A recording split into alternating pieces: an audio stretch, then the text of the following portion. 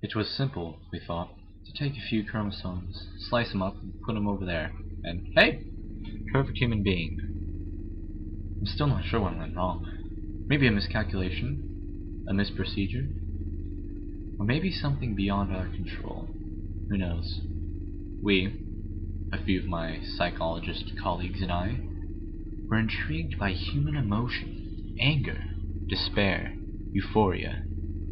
Was it possible to lock the mind into one emotion, to lock it into a euphoric state so that no sadness or anger would cloud its thoughts? Theoretically, yes. I won't describe the procedure of our experiments to you, both because I wouldn't want you to repeat them, but also I fear I will go mad if I try and recount them. The terrible things we did. We were ambitious, youthful.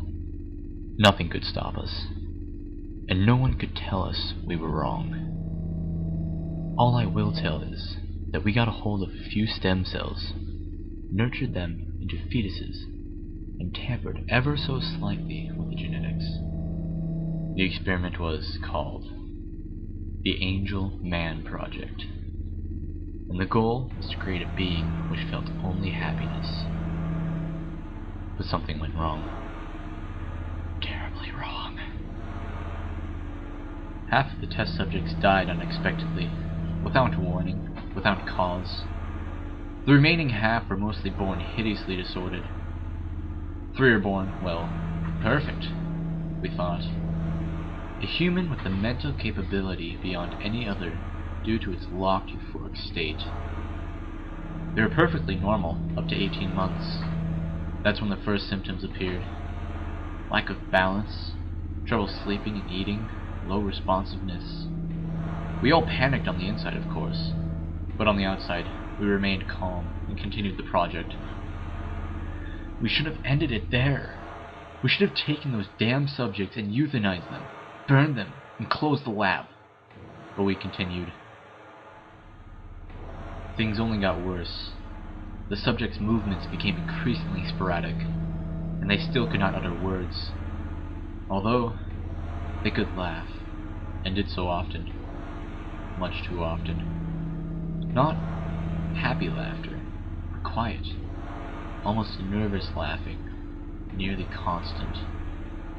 No matter how much pain was inflicted on the subject, it merely stared at you and laughed, as if it were mocking you, calling your attempts to harm it futile. We expected the subjects to have extra learning capabilities. Quite the opposite occurred. Their mental development was severely delayed.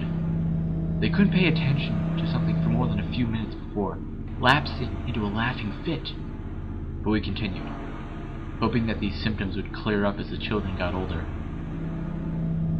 We gave a name to the symptoms: Happy Puppet Syndrome, because the mindless movements of the children made it seem like they were puppets on strings.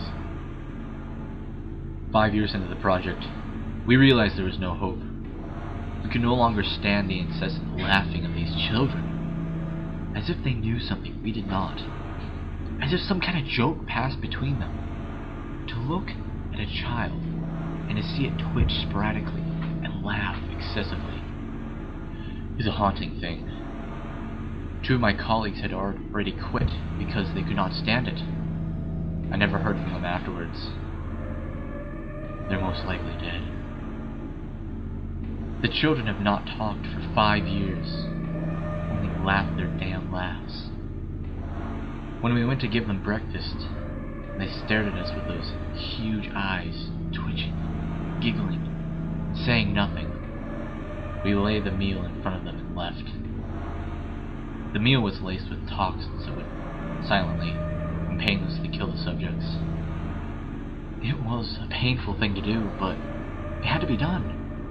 However, it would not be that easy. As a friend of mine set a tray of food down in front of one of the boys, the laughing stopped. The boy looked up at my friend, his eyes suddenly dark, dead serious, the laughing gone. They continued to stare at him and twitch for a while. My friend was in shock and would not move. My colleagues and I stood with pen and notepad ready to take notes. Suddenly my friend fell to his knees, grasping his head and yelling furiously. He appeared to be in tremendous pain. My colleagues and I were so surprised by this, we could do nothing but sit and watch. My friend collapsed on the floor, yelling curses. He jerked violently a few times, then went limp. I held back the urge to be sick, more successfully than a few of my other colleagues. Something about this was not normal. A dark presence seemed to tower over us. We immediately sealed the entrance. The boy stopped, looked at the door, and laughed. He fell to the floor, twitching and rolling around, laughing insanely. The two others did the same. After a few minutes, the fit ceased. They stood up, still twitching, still giggling. The lights went out. I heard crashes, glass shattering, screams. The most terrifying thing of all were the haunting whispers, coupled with the quiet laughing. When the lights went back on, the subjects were gone. Two of my colleagues lay unconscious beside me, their bodies twisted at odd angles, blood trickling from their drooping mouths. At first, they appeared to be dead. They showed no vital signs, but as I leaned in, I could hear them laughing, ever so slightly. I went over to examine my friend. No pulse, no breathing. But he continued to laugh, quietly. Although the test subjects had gone, I still feel as if something were watching me. Something that was just at the edge of my vision, but that I could never be able to see. Me and one remaining colleague closed everything down immediately. Before leaving, we destroyed our research and locked and barricaded the lab. I lost communication with my colleague. I presume he's dead. I still feel like I'm being watched. I still hear the laughing, the whispering in my dreams, sometimes when I'm awake. When I do, I run. I get up and I leave wherever I am. I'm not able to stay in the same place more than a few days because of this. It spread. The other children were seen with similar symptoms. I have no idea how it spread. It shouldn't be something that spreads. Somebody, somewhere, made something up about a disjunction in the 15th chromosome, and that kept the people happy and in the dark. But for now, the disease was cojoined Angel Man Syndrome. So far, the spawn are not dangerous, but I know the originals still lurk somewhere.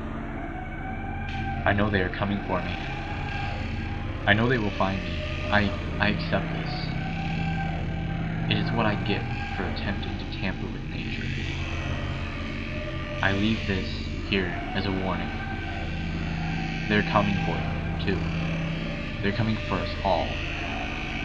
Ever you hear whispering, laughing at the edge of your hearing, run. If you ever feel as if something's standing right at the edge of your sight, but you cannot look at it, run. Also, I warn you this. 1. Do not tamper with what is not yours. 2. Even angels can be demons in disguise. And 3. Do not come for me. I'm as good as dead.